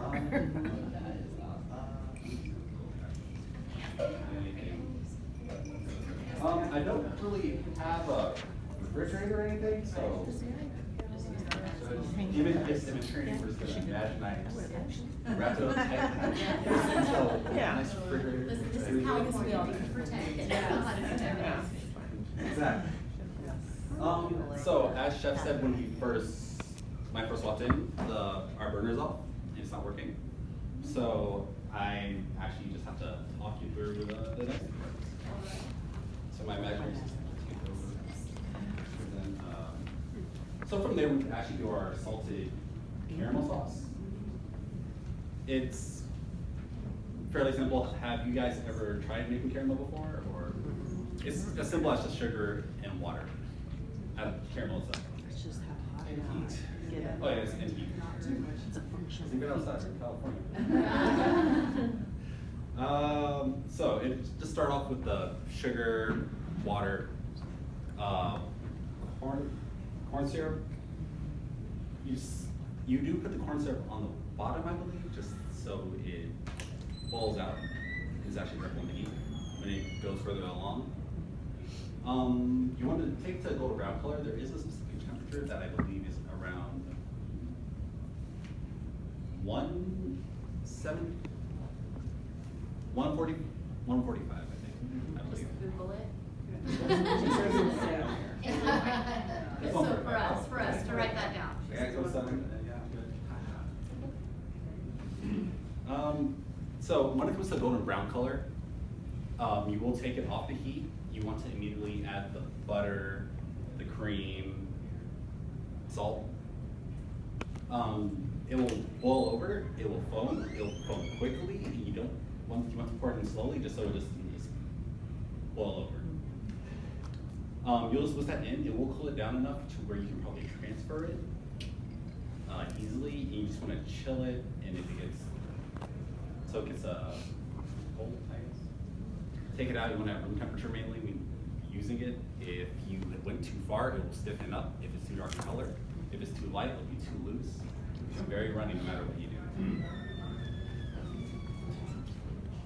What I missed? Caramel sauce. Caramel sauce. Yes. Okay, so because our burner, because Chef was not smart and thought a full one was actually an empty one, caramel sauce. Let me see the recipe for this. It is. You got yours. You got mine. Okay. Caramel sauce. It's relatively easy to make, though you need to be very careful because hot sugar like that, not nice. It is not nice for your skin. Also, just a note: if you do get caramel sauce or like hot sugar on you, stuff like that, don't wipe. You wipe, there goes your skin along with it. Pardon me, Chef, we would like to speak with you. Right now? That's what he said. Okay, so just go down the recipe. I don't. Just I would just add it or water immediately. But if it's like really hot and you do this, it's gonna pull your skin along with it. Yes. Yes, it's definitely a good body scrub. It's like, you get this and then it gets hard. I'm not sure if it speaks that like I'm really good because I never had to do that. Like, It is, I double checked, it's 160 degrees Celsius. So that's 320 degrees Fahrenheit. Because a lot of people use candy thermometers and a lot of people don't have candy thermometers. So if you're making it at home, it's 320 degrees. And that's something I put in to see it. Yeah. And it's really, really hot. So you just have to be super careful, like you said, when you pull it off, adding the cream, it boils over. So just really, really lightly. So this.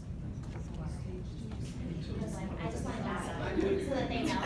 I knew it was gonna be a hit. Googled it. Yeah. Good old Google. I have to make caramel in a while, so. The salt in this recipe is for salted caramel, so you can eliminate the salt if you don't want salted caramel just. exactly. So this isn't where you're adding salt because salt is an ingredient to make the taste better? Yes. Okay. Oh, you don't. Oh, that's interesting. And I guess finally that leaves the macadamia nut filling, which is basically everything together but the egg. And this is the point I wanted to bring up about eggs earlier, the temperature. Again, this is a really hot recipe. We're boiling all the ingredients together. So the pot will be, everything will be really hot. So basically, we would have to temper in the egg at the end. We temper the egg because they don't want to drop all the egg in immediately, because it'll just cook all the egg. We'd have scrambled Poached. caramel egg essentially. Excuse me.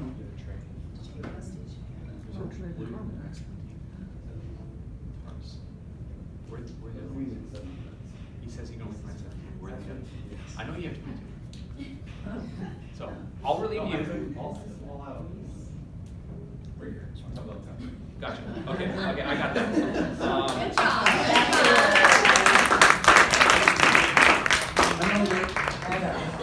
Cooking and So you want to incorporate the egg because the egg's going to be a liaison. It's going to be something that kind of binds and brings everything together. So you're controlling the temperature to allow the egg yolk to do its thing in there to get it to where you need it to be without overcooking it and causing the egg to scramble. So there's many different ways of tempering an egg, different applications. Obviously, this is a sweet version. There are also savory versions and things like that. It's just having enough hot in there to cook the egg without scrambling the egg. Who likes Italian food? Most people. Have you guys ever had carbonara? Yes. One of my favorite Italian dishes. So they use an egg yolk that's called a liaison, and that's going to be your thickening agent. So adding a little bit of hot liquid to your egg, not boiling, but hot enough, where you mix in with your egg, and then you pour that back in there so you bring it up nice and slow without causing the egg to scramble. So similar concept here. You just want to be sure that it's not too hot, and even if the liquid is a little too hot, with constant movement and mixing and stuff like that, you have a better likelihood of it not scrambling and not cooking on you. Because if you do, it's not one of those things where, well, let me just strain out the egg part. No, because then the flavor of that, the cooked egg flavor, that scrambled egg flavor, is going to be pronounced throughout that entire application. I notice it says specifically a stainless steel pot to make the filling. Does not need to be stainless steel. Oh, anyway. Does not need to be stainless steel. So we don't get to go shopping.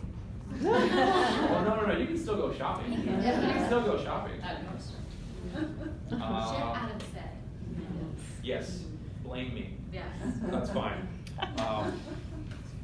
So he went over the filling with you guys and stuff like that. He was just starting the filling. So Just started the filling. you whisk your eggs and then add some of the hot liquid to it. Correct. So you whisk your egg, add a little bit of that hot liquid to it, keep whisking, add a little more, and you want that liquid, let's say it's in, okay.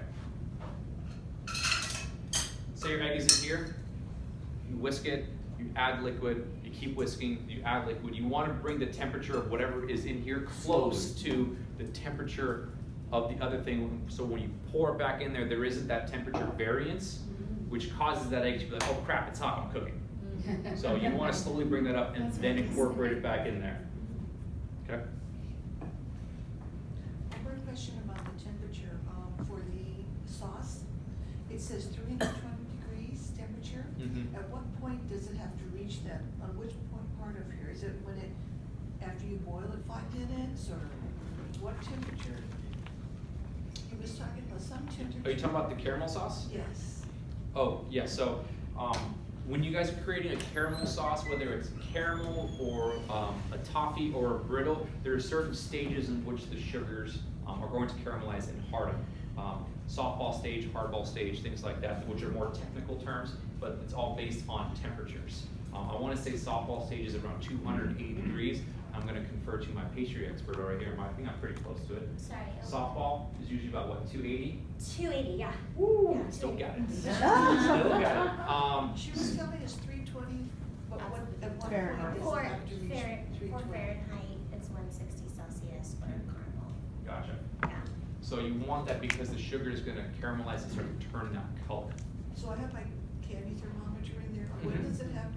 What temperature is it I'm looking for? You're looking for 325 degrees. 325. That's for a regular thermometer, because that's a regular thermometer is at Fahrenheit.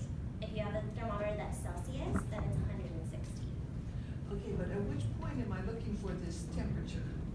If that means Oh, that 10 it's minutes, done, it'll be once brown. it's ready to be pulled from the heat, Okay. that's the temperature That's you the want. temperature, Yeah. okay. And then, like Stefan was saying, so the consistency, if you've overcooked it, it's gonna turn into a candy, like a brittle. And then if you've undercooked it, it's gonna be too loose. Okay, it's hard, it's not easy. Yeah, it's No, not easy. It's not easy. Yeah. Caramel's like, right, it has to be like right at the T. And Yeah. you'll notice that the color will continue to slightly darken as you pull it off the heat. Right. So you don't want to try like, oh, this is the color I'm looking for, Yeah. it's only going to get darker. So you're looking for kind of a lighter caramelized color along with the temperature. You'll pull it off, and just like with food, it'll have that carryover process where it'll continue to darken at the same time. Yeah, it's not easy. No, it's not easy. Is that why it was pulled from the menu? No, they wanted to have different things on the menu. So for those of you who've been here recently over the past couple of years, the Kaffir lamb tart has been its primary replacement along with the Belgian chocolate torte. They just wanted to do different things. They also want to keep it off the menu so that when it does come back on the menu, people who love it automatically, oh, I need to go to Roy's and get back that tart. So, you know, there is a method to their marketing madness, to say the least. They know what they're doing. Like corn syrup, butter, sugar. So, any other questions on the caramel process? No? Okay, wonderful. And then obviously the mac tart filling, that's relatively straightforward. Are you back or do you need me? I yeah. need you. Yeah, you I'll do. jump in for a second. Oh my goodness. Answer any questions. I guess like a class. We just want the restaurants. This is so stressful. Where can we get those hats? It's not wear one. I don't like this hat at all. It's terrible. I actually have like really high hair. It's not on my head, it's just all over my hair. Oh. Yeah. That's sad. Yeah. So see, you need to start your own line of chef hats. Yeah, That actually- fit. Why not? Why not? I don't know what he was talking about. It's kind of We just finished the preparing.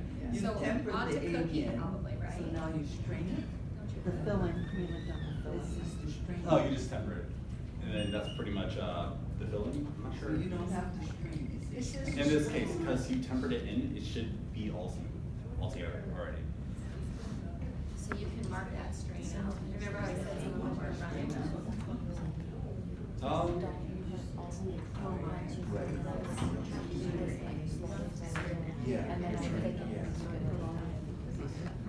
So, yeah. That'll take us to prep. Never mind.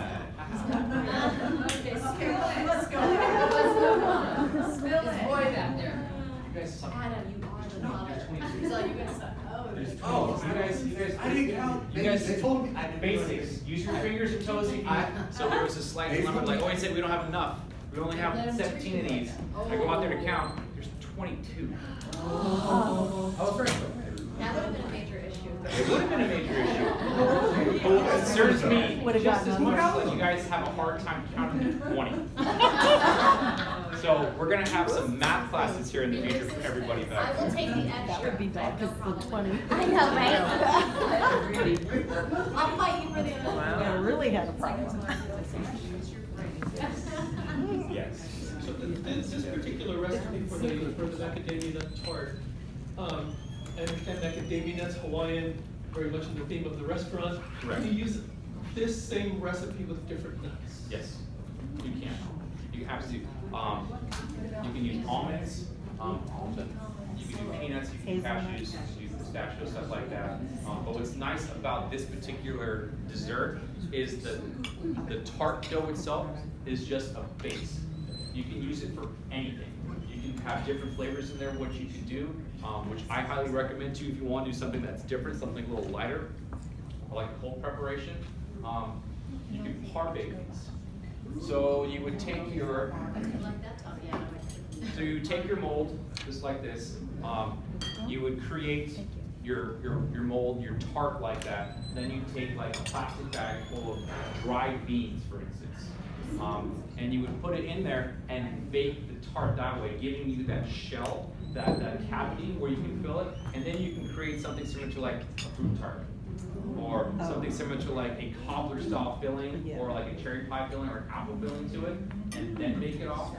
The reason I wouldn't bake it off altogether is by the time some of those liquids, because of the fruit and how delicate fruit can be, you can burn the fruits. But if you already have that shell already part baked off, you just gotta heat that filling enough, and then you're good to go. So you put them in ramen kits, the tart shell? We haven't got to that part yet, where you're rolling it out and everything. Oh, so, correct, so yeah, after you let the dough sit, you're going to roll it out, and then cut it, and then just like a pie container, you're gonna cut it to the size that you want. So if you wanna fill it with this, you're gonna cut it in a way that's slightly larger. Right. So that way you're able to have it come up off the sides, okay?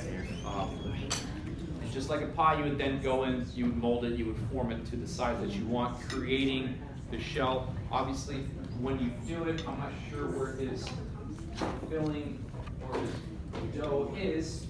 Well, we're just gonna do it then. Oops. No, you're fine. Oh. Can I grab something for you? Yeah. Here you go. Thank you.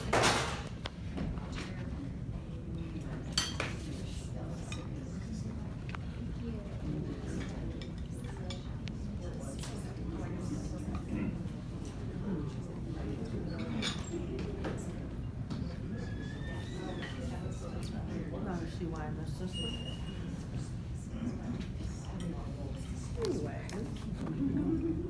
With dough like this though, it is very delicate. So as you can see, we have a large one and then the actual mold itself. So we'll take that larger one, we'll cut out what we need.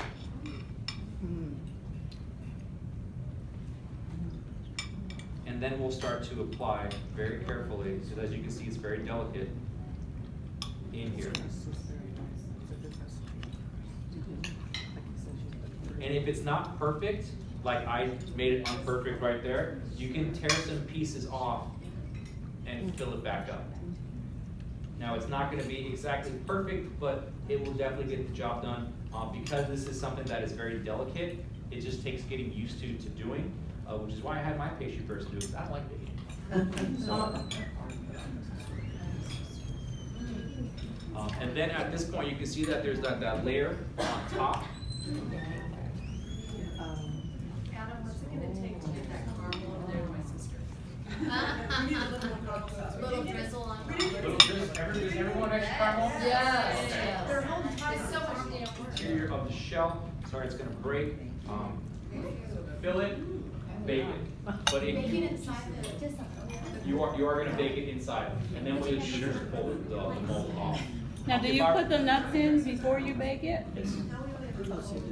Correct. So you're gonna make your filling, and then apply it into here, and then bake the entire thing. If you want to do something Would you like some more caramel? where you're gonna par bake it, you would. And the reason we use dry beans is because they're not gonna cook, they're not gonna spill anything. They're just gonna need enough weight in there to prevent this from rising exactly. So that way I can still create that shell and then fill it with whatever I want. This has got to be on the menu, it's so good. It is delicious. It is delicious. So if you guys want this back on the menu, corporate only allows me to have savory applications on the menu. So I'm able to create 3 appetizers, 4 entrees for my chef's page, but for the desserts, they have removed that from all the restaurants. Don't know why, but it is what it is. So if you want this back on the menu, there's 2 ways to do it. Either write a really angry, mean email saying give Chef Adam his ability to create desserts, or like, we need the Macadamia tart back on the menu. Now. Yeah. I don't know, the Exactly.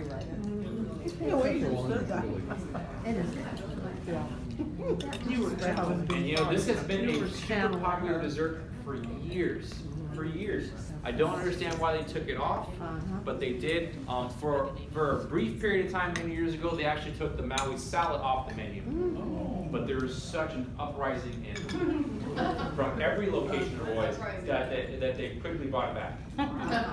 This is a perfect menu though, I mean, everything goes so well. And you talk about what's your favorite, I know you said love the sandwich, but what do you like? What do I like at Roy's?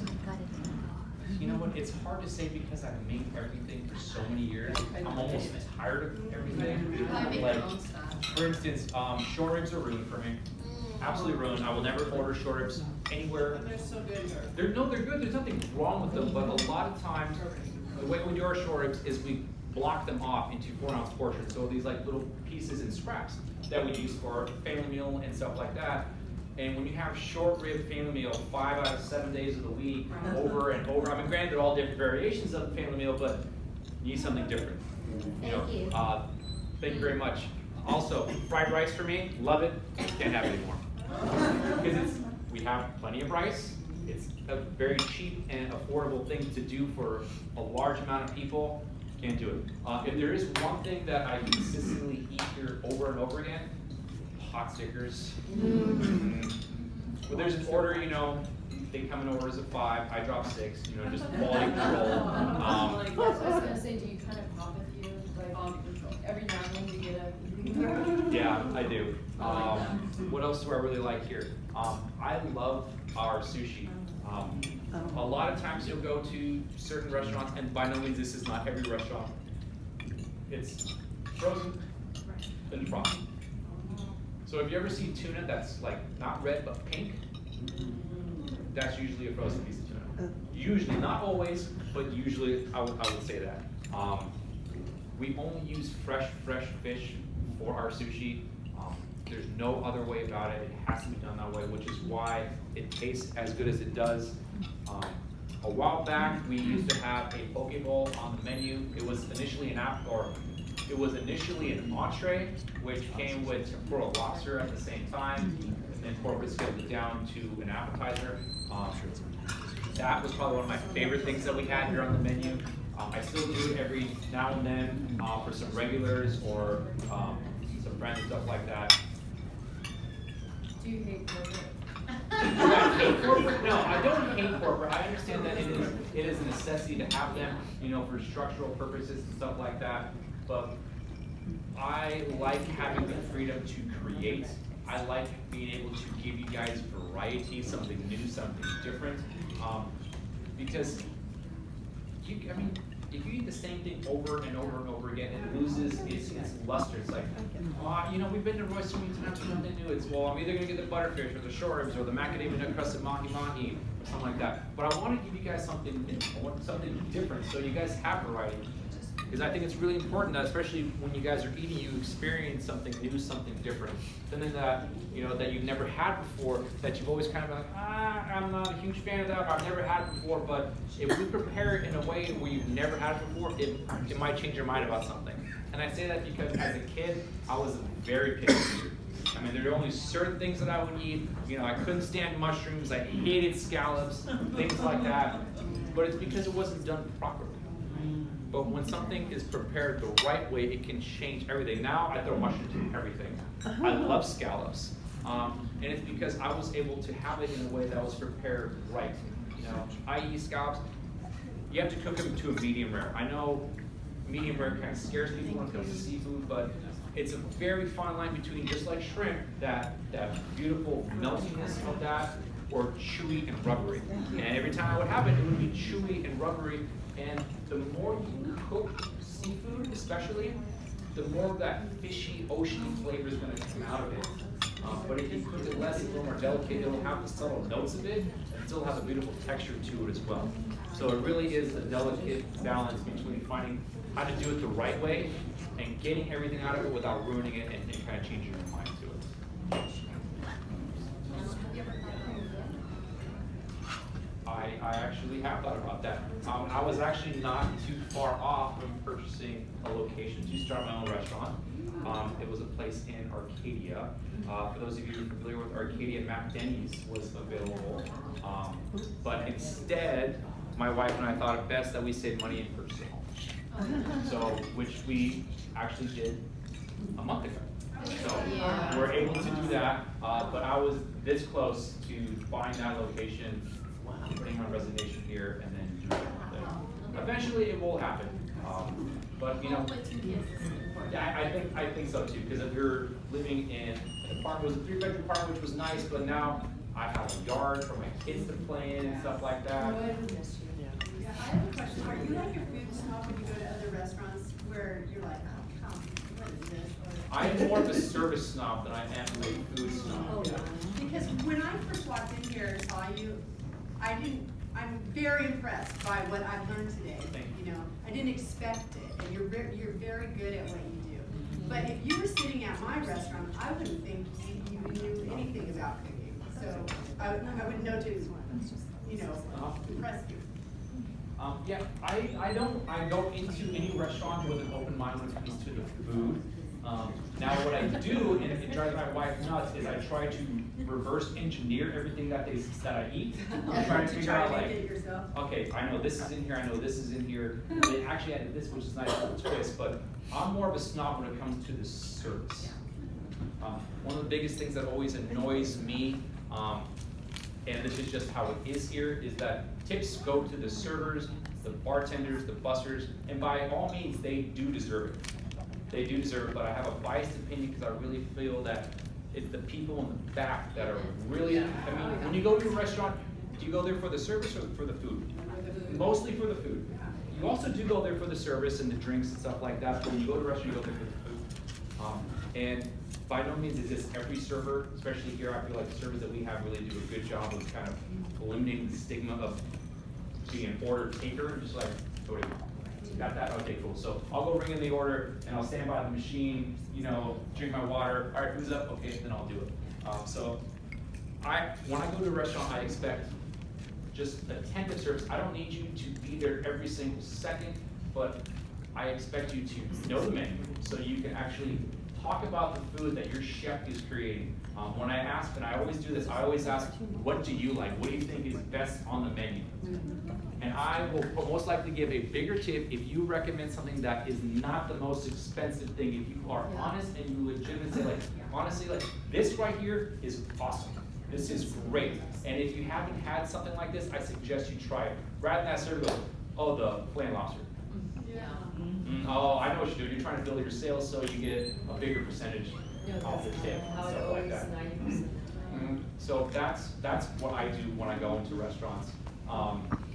It's very rare for me to ever send food back, even if it's overcooked or anything like that. I understand mistakes are made.